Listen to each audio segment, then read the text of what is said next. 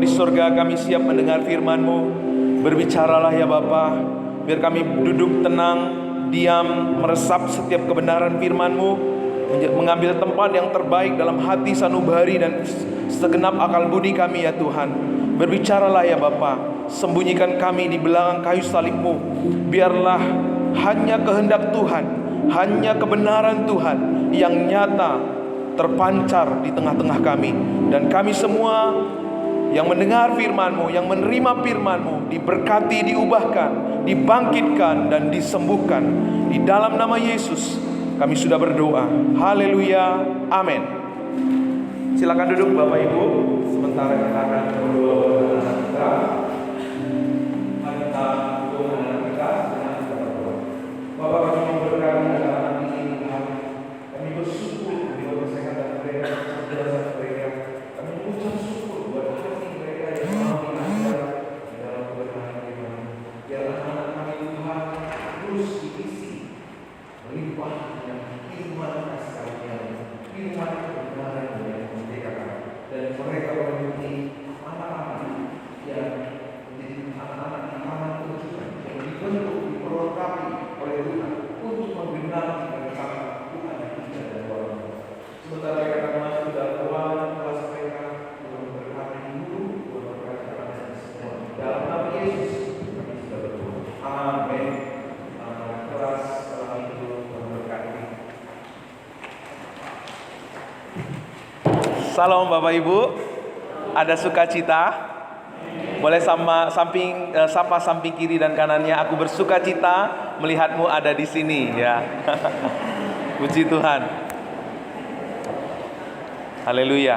Nah, hari ini Bapak Ibu Saudara kita belajar bersama-sama tentang persembahan yang hidup. Ya, tadi kita sudah membaca dari Roma 12 ayat 1. Kalau ditanya mana yang lebih susah atau mana yang lebih gampang, kita hidup untuk Tuhan atau kita mati untuk Tuhan? Kalau bicara tentang mati untuk Tuhan, mungkin kita nggak perlu perjuangan, selesai ya. Tapi waktu kita mau hidup untuk Tuhan, kita perlu banyak pengorbanan dan banyak perjuangan. Nah, ketika kita mau hidup untuk Tuhan, untuk Kristus, berarti kita mati terhadap diri kita sendiri. Berarti kita harus menanggalkan segala keakuan kita. Kita harus menanggalkan segala ego kita. Dan kita hidup dalam kehendak Tuhan, dalam pimpinan Tuhan. Kenapa kita mesti belajar mempersembahkan hidup kita kepada Tuhan? Karena banyak orang salah mengerti tentang memberi persembahan. Tadi kita nyanyi, hanya ini Tuhan persembahanku. Buat orang dunia, buat orang-orang pada umumnya, kalau kita bisa memberi yang lebih, kita bisa menyumbang dengan yang banyak, wah pasti biasanya orang ini paling dihormati. Kalau datang itu, mari Bu, mari Pak, silakan duduk gitu ya. Tapi kalau orang yang hanya bawa dirinya saja, biasanya cuek, nggak diperhatikan dan sering sekali diabaikan. Tapi puji Tuhan, Tuhan kita bukan seperti pandangan manusia. Tuhan kita punya pandangan yang berbeda. Justru orang yang membawa dirinya lah kepada Tuhan, itulah yang menjadi persembahan yang terindah dan terutama bagi Tuhan. Amin. Ini kabar baik. Ini kabar sukacita buat kita. Kalau kita bicara tentang hal kita mau mempersembahkan sesuatu kepada Tuhan, Tuhan tidak pernah memasang standar-standar yang tinggi-tinggi buat kita. Tapi Tuhan memasang standar di mana setiap orang sangat memungkinkan untuk memberikan yang terbaik kepada Tuhan. Kenapa kita mesti belajar? Karena faktanya banyak orang tersandung karena pemberiannya, tersandung karena pengorbanannya. Banyak orang yang melempem justru di saat mereka rajin-rajinnya. Banyak orang yang kecewa karena perbuatan baiknya. Banyak orang yang mundur karena justru di saat dia semangat dia mundur. banyak orang yang menjadi kepahitan. Karena apa? Karena pelayanan yang dia berikan. Kenapa?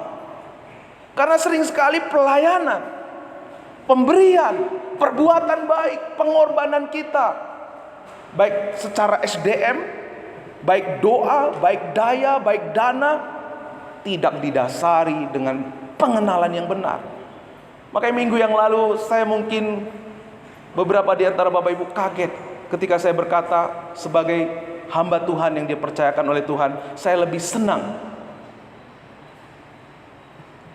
Yang lebih senang ketika jemaat itu mengenal Tuhan ketimbang mereka sibuk melayani, ketimbang mereka sibuk memberi, mungkin memberi banyak-banyak. Karena di zaman Hosea dikatakan, aku muak dengan persembahanmu yang banyak-banyak.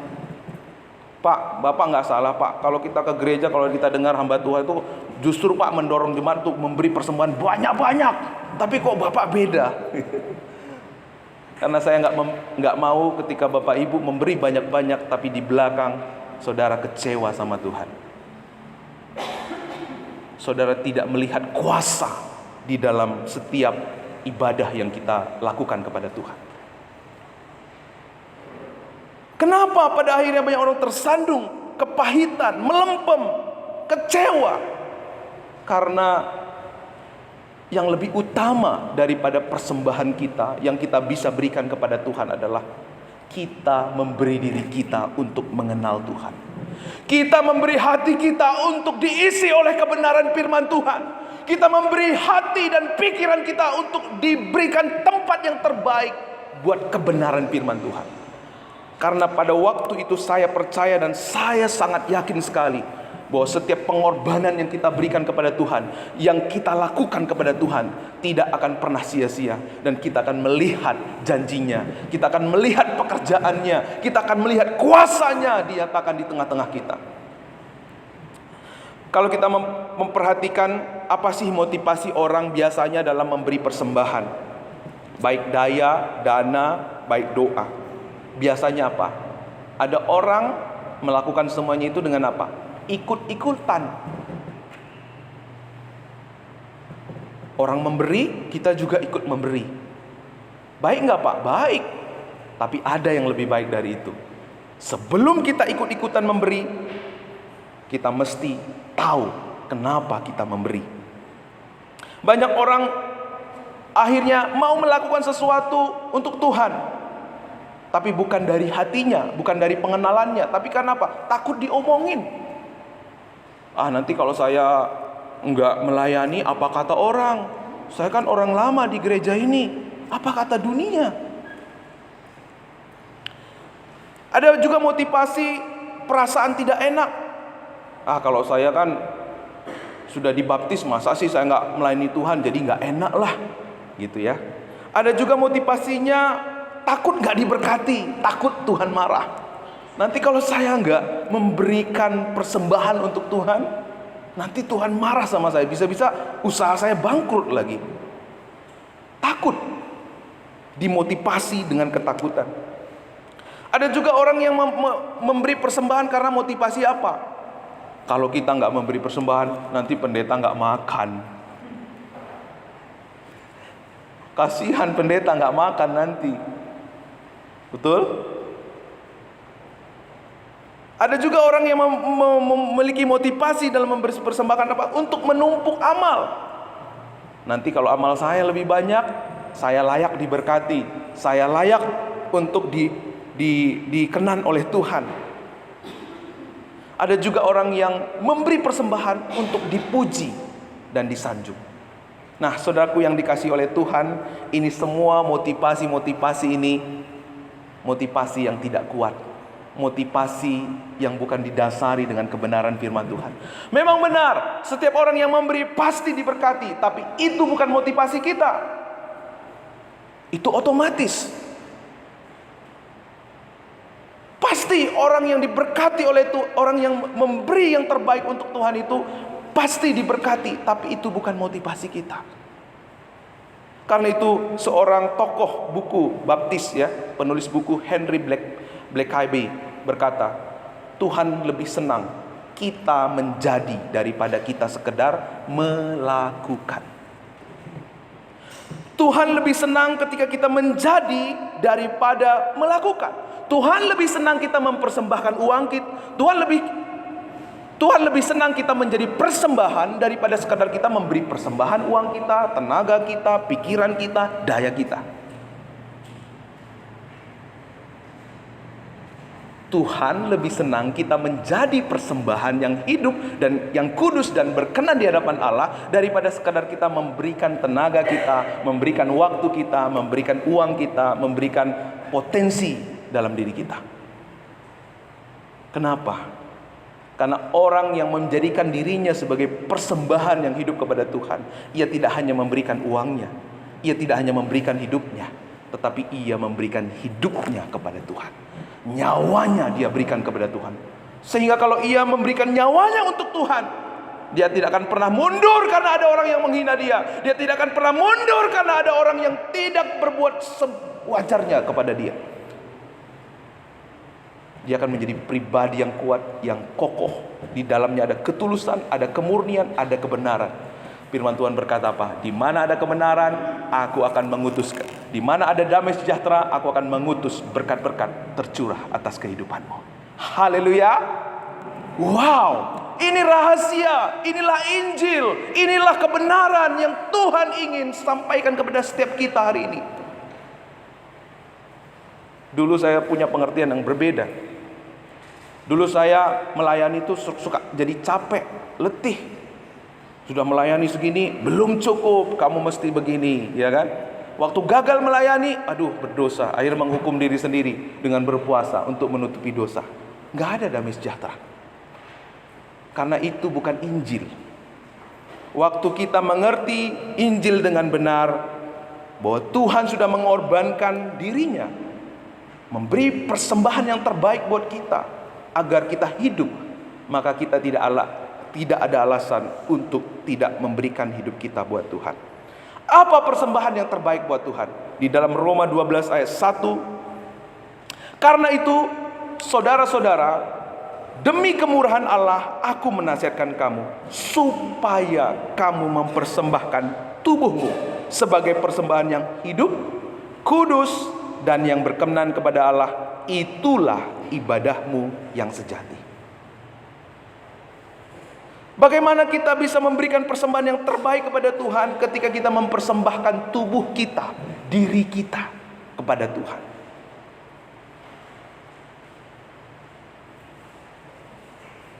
Kalau kita memberikan uang kita sama Tuhan, emang Tuhan itu kekurangan uang. Kalau kita memberikan tenaga kita sama Tuhan, emang Tuhan itu butuh tenaga kita. Halo? Kita anggap kalau kita hanya memberikan uang, tenaga, kita anggap Tuhan itu miskin dong. Kita anggap Tuhan itu lemah dong, yang harus membutuhkan tenaga kita. Sehingga seringkali kita ketika konsepnya salah, kita merasa berjasa di hadapan Tuhan.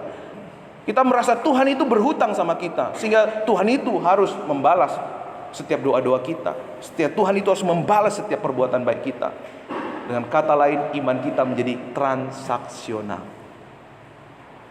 Kita sedang bertransaksi sama Tuhan.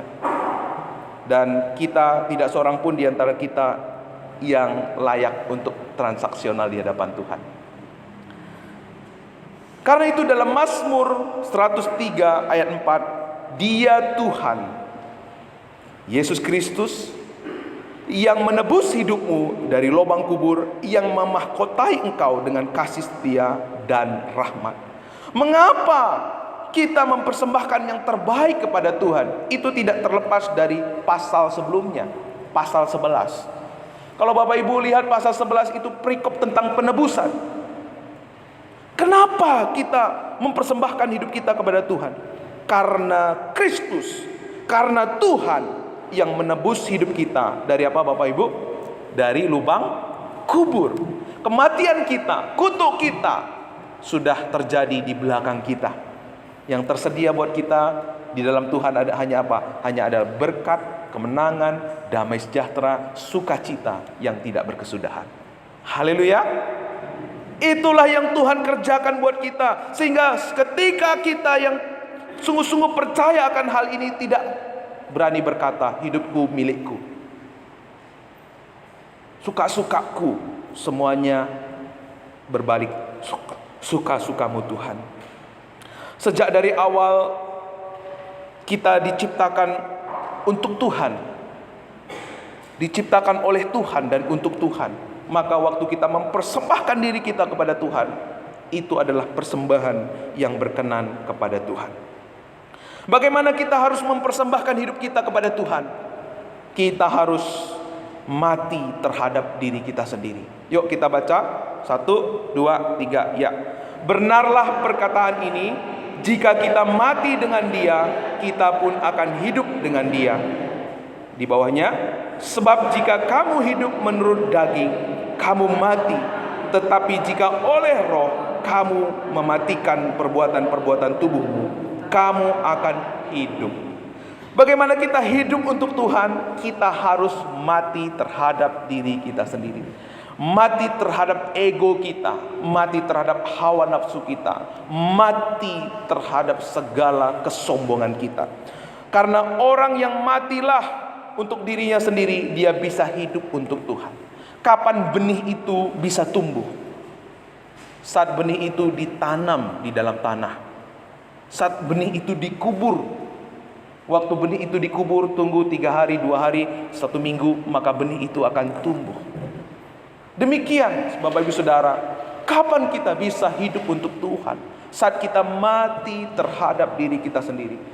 Dosa yang paling besar, yang banyak orang tidak sadari dalam hidupnya, bukan dosa mencuri, bukan dosa korupsi, bukan dosa berzina, tetapi dosa, akar segala dosa adalah kita menjadi Tuhan atas diri kita sendiri. Kita tidak sadar keputusan-keputusan yang kita ambil dalam hidup kita sering sekali tanpa melibatkan Tuhan. Sering sekali kita bangun pagi hari, ketika kita mau memulai aktivitas kita, sering kali kita lupa melibatkan Tuhan. Kita sering sekali mengandalkan pengalaman kita, kekuatan kita, pendidikan kita, sehingga waktu kita menjadi Tuhan atas diri kita sendiri, kita tidak melihat karya Tuhan yang begitu luar biasa. Karena itu rahasia untuk kita menjadi persembahan yang hidup, kita harus mati terhadap dosa dan kita hidup untuk Tuhan. Saya percaya jemaat Tuhan di sini adalah orang-orang yang selalu rindu hidup bagi Allah. Amin.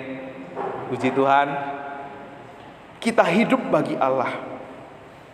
Rahasianya kita mati terhadap diri kita sendiri. Nah, saudaraku yang dikasihi Tuhan, bagaimana kita menjadi persembahan yang kudus dan yang berkenan kepada Allah?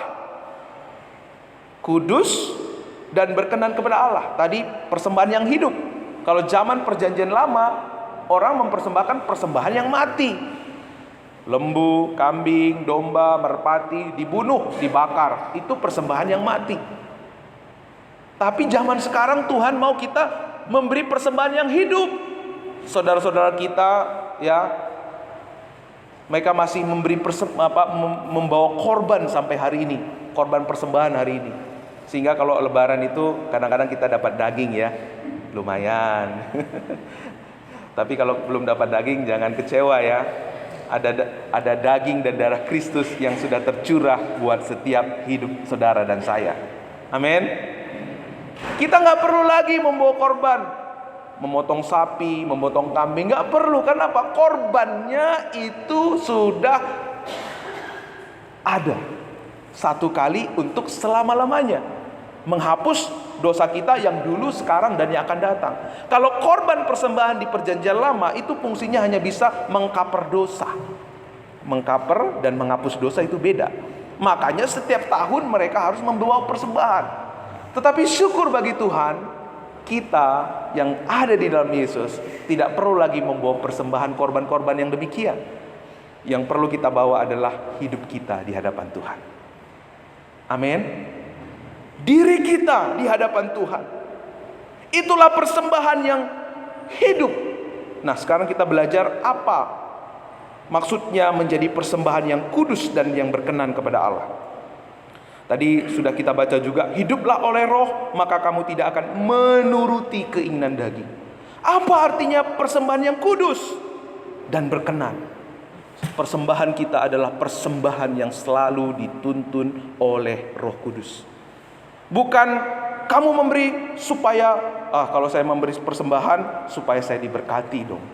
Saya melayani supaya hidup saya diberkati, supaya Tuhan senang. Nah, ini semua daging, Bapak Ibu. Masih ingat cerita beberapa minggu yang lalu ya, khotbah beberapa minggu yang lalu? Semua perbuatan yang berfokus berlandaskan kepada perbuatan itu daging. Ada hasilnya. Tetapi sering sekali hasilnya itu justru membuat kita susah sendiri. Sama seperti Ismail, lahir Ismail justru membuat susah hidup Abraham. Karena daging sifatnya sementara, daging itu sifatnya kekal. Kapan kita menjadi persembahan yang kudus berkenan kepada Tuhan? Hidup yang dipimpin oleh Roh Kudus. Roh Kudus akan memimpin saudara dan saya setiap hari. Kamu kan udah diberkati Tuhan. Kalau kamu udah diberkati Tuhan, apa yang harus kamu lakukan? Menjadi berkat. Kamu sudah dilayani Tuhan. Kalau Tuhan sudah melayanimu,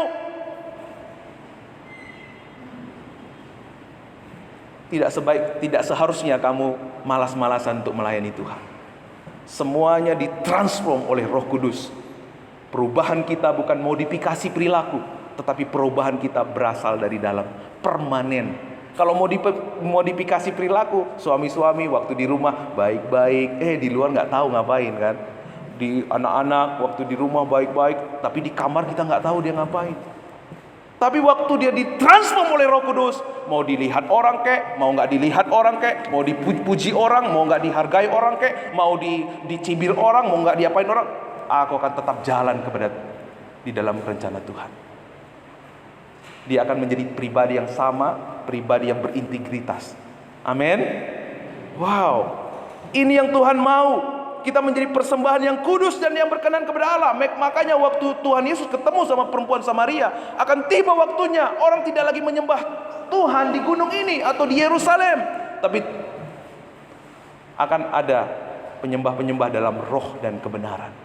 Disitulah kita menjadi penyembah sejati. Disitulah kita menjadi orang-orang yang berbakti, beribadah kepada Tuhan. Kita lihat bagaimana mempersembahkan korban di zaman perjanjian lama. Kalau orang mempersembahkan korban harus ada syaratnya, Bapak. Syaratnya apa? Kambing atau lembu atau domba yang sulung tanpa cacat celah. Tambun. Itu yang diberikan kepada Tuhan. Nah, waktu kita paham dengan konsep ini, maka kita pun selalu akan berjuang memberikan yang terbaik kepada Tuhan.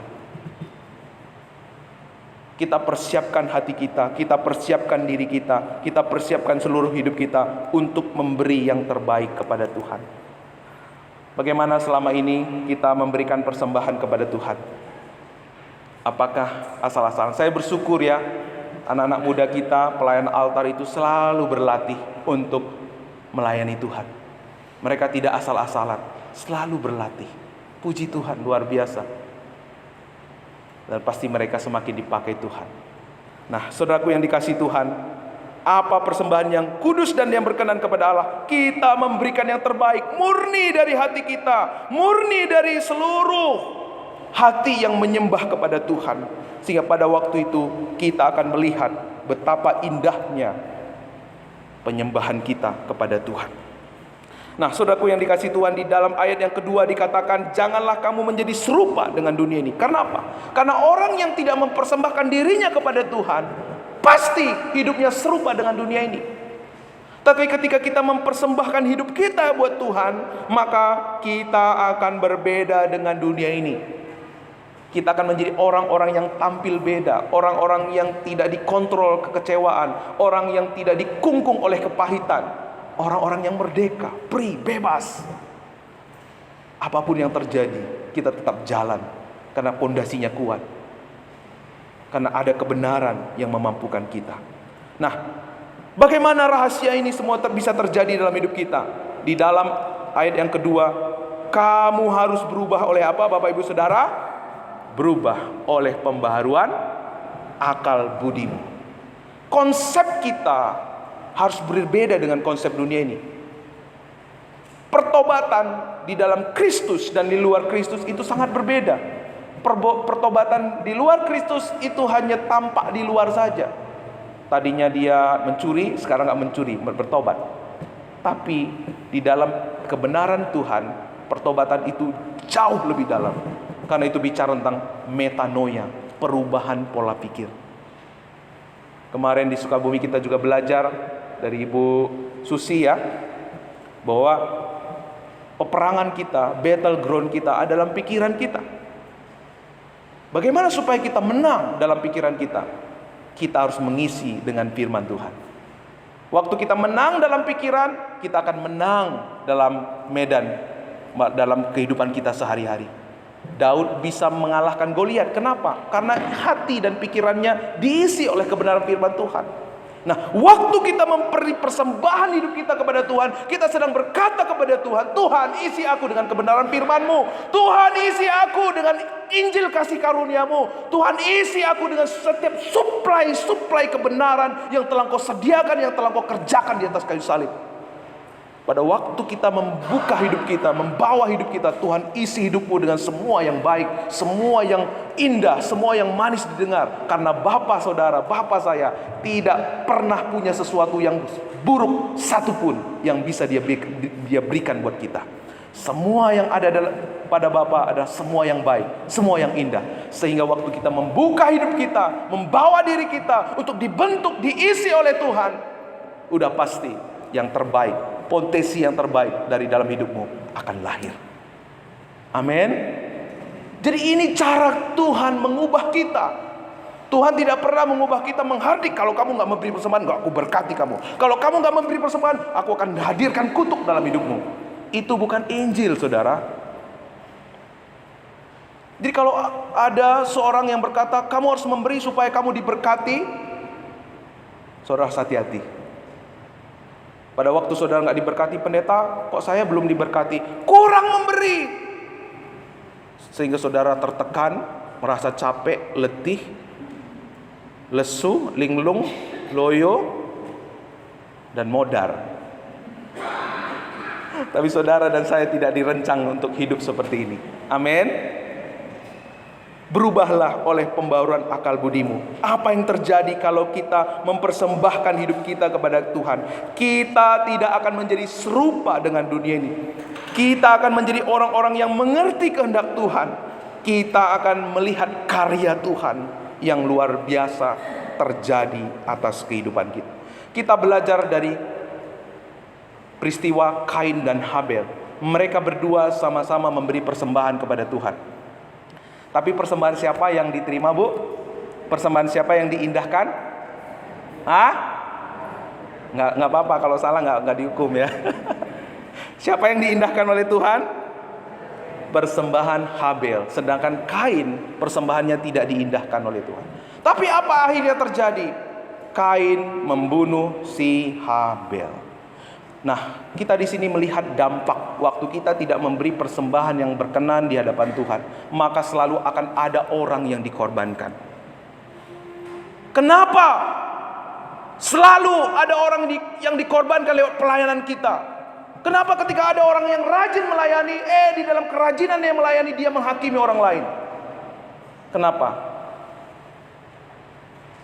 Karena dia tidak mengenal kebenaran.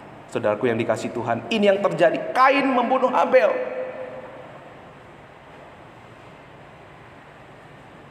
Ingat, setiap kali kita menyadakan persembahan kita, baik itu daya, dana, doa, tanpa didasari dengan pengenalan, maka selalu akan ada orang yang dikorbankan. Kecewakah, tersinggung,kah, dan lain sebagainya.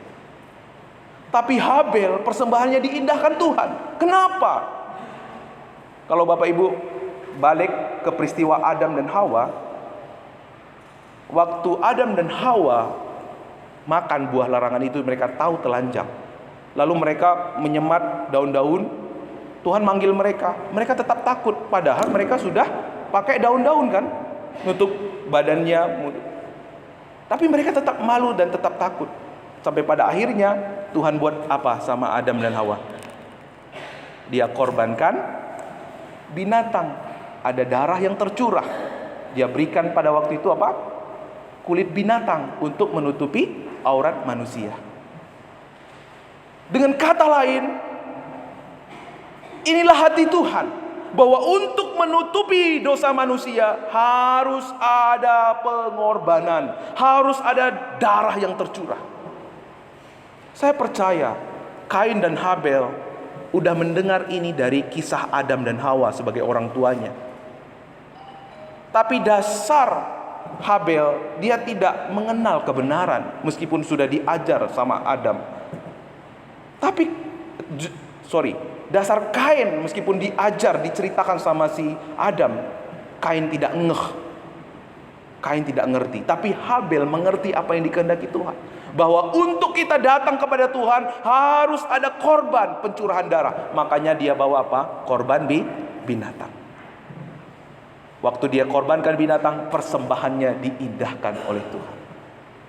Nah, saudaraku yang dikasihi Tuhan, sekali lagi saya katakan, yang lebih penting dari kita memberi persembahan adalah kita mengenal. Kita didasari dengan pengenalan. Karena waktu kita mengenal kebenaran, maka kita memberi dengan tulus, ikhlas, murni. Waktu kita memberi dengan cara demikian, berkat-berkat itu justru datang dalam kehidupan kita. Bukan kita yang mengejar berkat, tapi Tuhan yang memerintahkan berkat-berkat turun atas kehidupan kita. Kenapa kita memberi persembahan? Uang. Karena uang itu adalah jerih lelah kita setiap hari. Bapak Ibu setiap hari bekerja untuk mencari uang, untuk mendapatkan uang. Itu keringat, itu hidup Bapak Ibu. Waktu kita memberi persembahan uang, kita sedang berkata, Tuhan, ini hidupku. Waktu kita sedang memberi persembahan uang, kita sedang berkata, aku dipelihara bukan oleh uang ini, tetapi oleh Tuhan. Sehingga kita tidak pernah menjadi hamba mamon dalam hidup kita. Kita tidak pernah menjadi hamba uang dalam hidup kita. Kita tetap menjadi hambanya Tuhan. Amin. Wow. Makanya waktu kita memberi persembahan, saudara, mulai hari ini, mulai minggu depan, saya akan sediakan amplop untuk Bapak Ibu bawa pulang. Dulu kami diajar sama Pak Pendeta, waktu kita mau beri persembahan itu, kalau bisa seminggu sebelumnya disuruh setrika, ya kan? Pelan-pelan disisihkan. Kenapa? Ini bicara tentang persiapan hati kita. Jangan asal-asalan kasih persembahan, ketak-ketak, prang gitu. Itu namanya nggak ada persiapan hatinya. Sayang, kita nggak bisa melihat berkat-berkat Tuhan di sana. Ya, mulai hari ini jangan asal memberi persembahan. Memberikan dengan hati dan pengenalan yang benar tentang Tuhan. Waktu kita memberi persembahan, persembahan yang paling terbaik buat Tuhan adalah yang hidup kudus dan berkenan kepada Tuhan. Itulah diri kita sendiri. Kita belajar dari peristiwa tentang janda miskin, ya Bapak Ibu. Janda miskin ini memberikan 2 keping uang. Sedangkan ada orang kaya memberikan 1 tumpuk uang. Tapi kok bisa-bisanya Tuhan malah memuji persembahan janda miskin ini? Kenapa? Kenapa? Kok persembahannya paling sedikit tapi justru Tuhan memuji?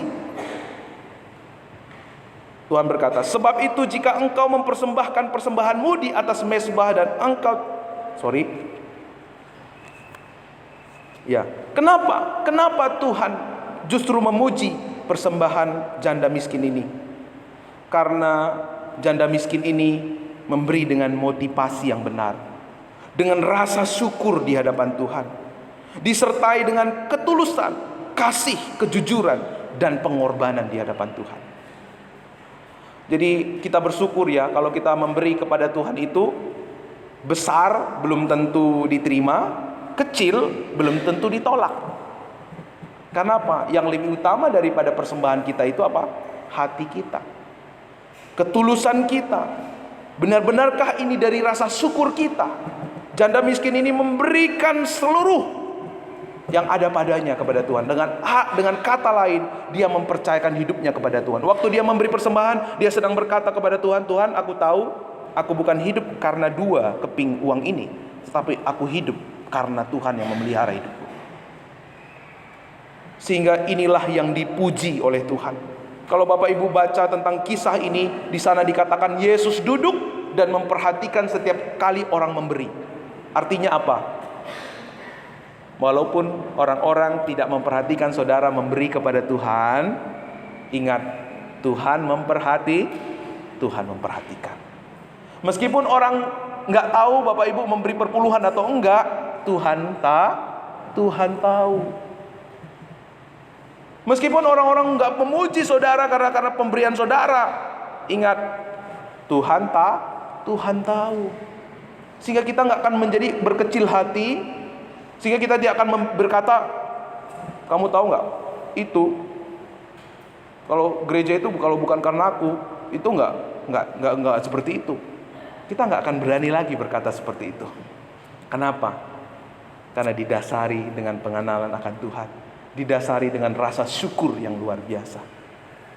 Ketika saudara memberi, di dalamnya ada kuasa. Dalam penyembahan saudara ada kuasa, ada kehidupan. Sehingga kehidupan akan menjadi kehidupan buat orang-orang sekitar kita. Mereka akan melihat kehidupan itu ada pada kita dan tidak mereka temukan di luar sana. Sehingga mereka pun akhirnya mengenal Tuhan lewat kehidupan saudara dan saya. Bagaimana kita memberi persembahan yang tulus, yang ikhlas di hadapan Tuhan? Kita harus membereskan hati kita. Ya, di dalam Matius 5 ayat 23 sampai 24, sebab itu jika engkau mempersembahkan persembahanmu di atas mezbah dan engkau teringat akan sesuatu yang ada dalam hati saudaramu terhadap engkau, tinggalkanlah persembahanmu di depan mezbah itu dan pergilah berdamai dahulu dengan saudaramu, lalu kembali untuk mempersembahkan persembahanmu itu. Nah, saudaraku yang dikasihi Tuhan, lewat firman Tuhan hari ini kita sedang diajar untuk kita memiliki konsep yang benar, untuk kita punya cara pandang yang benar tentang memberi persembahan. Dan waktu kita memberi persembahan dengan cara demikian, maka kita akan melihat betapa luar biasa Tuhan membuat perbedaan antara hidup kita dengan orang-orang dunia ini. Tuhan memberi kita kemenangan atas setiap situasi tantangan yang kita hadapi. Mari kita terus semangat memberi persembahan. Lewat gereja ini kita memberi persembahan. Ya, kemarin kita ke Sukabumi, gedungnya itu bagus ya. Sehingga Pak, pendetanya kesaksian, itu setiap minggu itu ada orang baru. Kenapa? Waktu orang lewat, gedungnya cerah. Ya, jadi menjadi sarana penginjilan. Kamar mandinya bagus. Ya. Itu semua menjadi sarana penginjilan. Orang-orangnya ramah. Nih ibu-ibu kita betah di sana. Ayo pulang. Belum pulang-pulang juga. Ayo pulang. Belum pulang juga. Betah. Kenapa? Orangnya ramah, merangkul gitu ya. Nah, itu semangat itu kita adopsi. Jadi kita kunjungan ke sana Bapak Ibu, itu ceritanya kalau saya bilang kita sedang studi banding ya Bu ya. Studi banding untuk mengadopsi nilai-nilai baik di sana. Kita bawa ke sini. Tahu nggak berapa cabangnya? Gereja ya dia nggak lebih besar dari kita, sama mungkin ya. Mereka cabangnya 8. Mereka mensponsori ada 3 hamba Tuhan. Ya. Mereka juga mensupport anak-anak yang kurang mampu. Sekolahnya disupport sama mereka. Kalau nggak salah ada 80 anak yang disupport. Wow, ini salah satu bentuk persembahan yang kita bisa berikan kepada Tuhan. Dan percayalah, apa yang kita berikan kepada Tuhan tidak pernah sia-sia. Tuhan akan melipat gandakannya. Tuhan akan mengutus berkat-berkatnya atas kehidupan kita. Mari, apakah selama ini saudara menjadi persembahan yang hidup di hadapan Allah? Pertanyaan ini tertuju kepada kita sendiri. Apakah selama ini kita sudah memberi persembahan yang terbaik kepada Tuhan? Waktu kita memberi dengan cara yang terbaik, yaitu diri kita sendiri, maka saya tidak akan pernah lagi mendengar si A ngambek, si B ngambek. Ya memang selama ini nggak pernah dengar ya, di sana pernah dengar. Ya, maka kita tidak akan pernah lagi mendengar si A mundur Pak, gara-gara ngomongan si ini gitu ya. Maka waktu saudara ditegur, saudara juga senang ditegur. Semangat berubah. Tidak waktu ditegur itu melempem gitu ya. Enggak, senang. Kenapa? Saya rindu Tuhan. Menjadi persembahan yang terbaik untuk Tuhan. Untuk itu saya perlu dikritik, saya perlu ditegur. Waktu kakak rohani saudara, waktu orang tua menegur, senang jadinya. Makasih ya Pak. Saya tahu Bapak Hulman peduli sama saya. Kalau Bapak nggak peduli, Bapak nggak akan tegur saya. Sehingga apa? Kita penuh sukacita. Kita menjadi persembahan yang hidup di hadapan Tuhan. Ya. Walaupun kita nggak dipuji, tidak dihargai, karena kadang-kadang kita lupa ya manusia, tapi kita bisa melihat. Ingat, Tuhan duduk dan memperhatikan orang yang memberi persembahan. Tuhan memperhatikan setiap pengorbanan kita. Kalau Tuhan memperhatikan, Ia pasti memperhitungkan. Kalau saya memperhatikan, belum tentu saya memperhitungkannya. Tetapi kalau Tuhan yang memperhatikan, Dia pasti memperhitungkannya buat setiap kita. Beberapa waktu yang lalu saya ketemu dengan seorang ibu. Pak, saya nggak mau lagi gereja karena omongan ini, omongan itu, omongan ini tidak ada di sini ya Bapak Ibu. Kenapa? Selalu saya berkata begini, Bu, Ibu gereja di sana gara-gara siapa? Tuhan. Kalau Ibu gereja di sana gara-gara Tuhan, seharusnyakah Ibu tidak bergereja, tidak beribadah gara-gara omongan manusia? Dia terdiam lalu bilang, ya Pak, saya mau datang. Nah, saudaraku yang dikasihi Tuhan, mari kita menjadi persembahan yang hidup dan berkenan kepada Allah. Kita akan melihat pekerjaan yang besar, kuasa yang sempurna menyertai kita. Kita akan melihat berkat-berkat itu bukan untuk kita kejar, tapi berkat-berkat itu justru Tuhan perintahkan buat orang-orang yang hidup